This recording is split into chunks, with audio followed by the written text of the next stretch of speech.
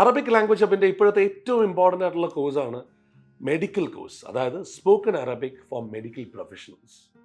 അപ്പോൾ അതിന് വേണ്ടിയിട്ടുള്ള ഗൈഡ്സും ഒക്കെ പ്രിപ്പയർ ചെയ്ത ഡോക്ടർ കാജൽ ദാ നമ്മളോടൊപ്പം ഉണ്ട്. Hello hello doctor, long time friend. അപ്പോൾ എടുത്തു പറയേണ്ടതെന്ന് വെച്ചാൽ വെരി പ്രൗഡ് ഓഫ് യു. ഇതിന് വേണ്ടിയിട്ട് ഒരു ഫുൾ കൺസൈസ് ഡിക്ഷണറി പോലെ അല്ലേ യു പ്രിപ്പയർഡ് അല്ലേ? അതെ അതെ, കുറെ എന്താ പറയാ മാസങ്ങളോളം അതിനെ കുറിച്ച് പഠിച്ച് ആണ് ഇത് ഓരോ ഡിപ്പാർട്ട്മെന്റ് വൈസ് നമ്മൾ അത് എന്താ പറയാ സെഗ്രിഗേറ്റ് ചെയ്തിട്ട് അതൊരു എന്താ പറയുക കോഴ്സ് പോലെ ആക്കി അതൊരു ബുക്ക് പോലെ ആക്കിയിട്ടൊക്കെ ചെയ്തത്. അല്ല, അത് ശരിക്കും ഒരു ആവശ്യമാണല്ലേ, പ്രത്യേകിച്ചും ശരിക്കും ഇവിടെ വരുന്ന പേഷ്യൻസിന് അവർക്ക് ഒരു പക്ഷെ അവരുടെ ലാംഗ്വേജിൽ അത് പറയുമ്പോൾ ഒരു അസുഖ ലക്ഷണോ അല്ലെ അസുഖത്തിന്റെ കാര്യമോ പറയുമ്പോൾ നമ്മളത് റോങ് ആയിട്ട് മനസ്സിലാക്കി ഡയഗ്നോസിന് അപ്പൊ അങ്ങനെ സാഹചര്യങ്ങൾ ഉണ്ടായിട്ടുണ്ടായിരുന്നു ഇവിടെ. ഒബ്വിയസ്ലി അങ്ങനെ ഉണ്ടാവും. ബിക്കോസ് എന്താ പറയാ ഓരോ ഓർഗൻസിന് തന്നെ ഓരോ ഡിഫറെന്റ് പേരുകളാണ്. ചിലപ്പോൾ നമ്മൾ മലയാളത്തില് മലയാളികൾ പോലെ ഇപ്പൊ ഒരു ഗോൾ ബ്ലാഡർ എന്ന് പറഞ്ഞു കഴിഞ്ഞാൽ അതിന്റെ മലയാളം ചിലപ്പോൾ നമുക്ക് അറിയില്ല, അല്ലെങ്കിൽ പാൻക്രിയസ് നമ്മൾ പിക്തസഞ്ചി ആണോ എന്താന്ന് നമുക്ക് അത് പാൻക്രി ആണോ ഗോൾ ബ്ലാഡർ. പക്ഷെ അറബ്സ് അങ്ങനെയല്ല, അവരെല്ലാ വേർഡ്സും അറബിക്കിൽ തന്നെയാണ് അവർ പറയുന്നതും. പിന്നെ അവർക്ക് അത് മാത്രമല്ല, സിൻസ് ഈ കൺട്രി എന്ന് പറഞ്ഞാൽ അവർ കുറെ അവയർനെസ് കൊടുക്കുന്ന ഒരു കൺട്രിയാണ്.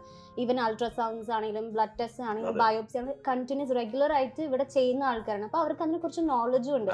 അപ്പൊ നമ്മളിപ്പോ നാട്ടിൽ അങ്ങനെ കണ്ടിന്യൂസ് ആയിട്ട് ആരും ചെയ്യുന്നുണ്ടാവില്ലല്ലോ. അപ്പൊ ഇവരുടെ അടുത്ത് നമ്മൾ തെറ്റായിട്ട് ഒരു കാര്യം പറഞ്ഞാൽ അവര് തന്നെ കണ്ടുപിടിക്കുന്നു ഇവ തെറ്റാണ് പറയണത്. പിന്നീട് വലിയ കോംപ്ലിക്കേഷൻസ്. ഞാൻ അതുപോലെ തന്നെ ആലോചിക്കണം, പാരാമെഡിക്സിനൊക്കെ ശരിക്കും പറഞ്ഞാൽ ഇത് എന്തായാലും മാൻഡറ്ററി ആക്കണം എന്ന് എനിക്ക് തോന്നുന്നത്. കാരണം എന്താ വെച്ചാൽ അവരാണല്ലോ ഫസ്റ്റ് റെസ്പോണ്ടേഴ്സ്.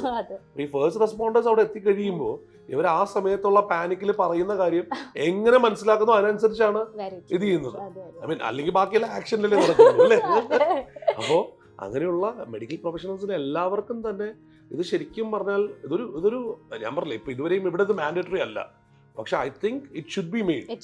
കാരണം ഇവിടെ വരുന്ന അങ്ങനെയുള്ള അസുഖങ്ങളുള്ള ആൾക്കാർക്ക് അവർക്ക് കൃത്യമായിട്ട് കാര്യങ്ങൾ അറിയിക്കണം എന്നുണ്ടെങ്കിൽ definitely the doctor, the nurse, ഈ പറയുന്ന പോലെ ഡെന്റിസ്റ്റ് അല്ലെങ്കിൽ എന്ത് തരം മെഡിക്കൽ പ്രൊഫഷണൽ ആണെങ്കിലും ഈവൻ ലാബ്സിൽ വർക്ക് ചെയ്യുന്ന ആൾക്കാർ, പാരാമെഡിക്സ്, അവർക്കൊക്കെ ഒരു അറബിക് നോളജ് വേണം. അറ്റ്ലീസ്റ്റ് ഒരു basic know how of what is what അറിയണം അല്ലേ? ഈവൻ ഈ ഡയഗ്നോസിസ് ട്രീറ്റ്മെന്റ് കാര്യങ്ങൾ മാത്രമല്ല അറബിക്കിലാണ്. ഇപ്പൊ ഒരു നോർമൽ ഒരു ഡോക്ടർ എന്ന് പറഞ്ഞാൽ കമ്മ്യൂണിക്കേഷൻ വെരി ഇമ്പോർട്ടന്റ് ആണ്. എന്നാലേ നമുക്ക് ആ പേഷ്യന്റ് നമ്മൾ കംഫർട്ടബിൾ ആക്കിയിട്ട് നമുക്ക് അവരെ ട്രീറ്റ് ചെയ്യാനൊക്കെ പറ്റില്ല. അപ്പൊ കമ്മ്യൂണിക്കേഷൻ എന്ന് പറഞ്ഞ ഒരു ബേസിക് തിങ് ആണ്. ഇപ്പൊ എന്റെ പേഴ്സണൽ എക്സ്പീരിയൻസ് എന്നാണെങ്കിൽ തന്നെ ഞാൻ ഈ ഒരു മിനിസ്ട്രിയിൽ ജോലി ചെയ്യുന്നത് ഒരു വലിയ കാര്യം. എനിക്ക് കുറച്ചൊക്കെ അറബിക്ക് അധികം നന്നായിട്ട് എല്ലാവരുടെ സംസാരിക്കാൻ പറ്റുന്ന കാരണം തന്നെയാണ്. അത് തന്നെയാണ്. അത് മാത്രമല്ല അതിന് ആ സമയമെടുത്ത് അതിന് വേണ്ടിയിട്ട് ഒരു ബുക്ക് ഡിസൈൻ ചെയ്തതൊക്കെ വലിയ കാര്യമാണ്. അപ്പൊ അത് ഒരുപാട് പേർക്ക് അത് ഗുണം ചെയ്യട്ടെ. അറബിക് ലാംഗ്വേജ് ഹബ്ബുമായിട്ട് എത്രയും വേഗം കോൺടാക്ട് ചെയ്യൂ. If you are A medical professional, this is something that you will need.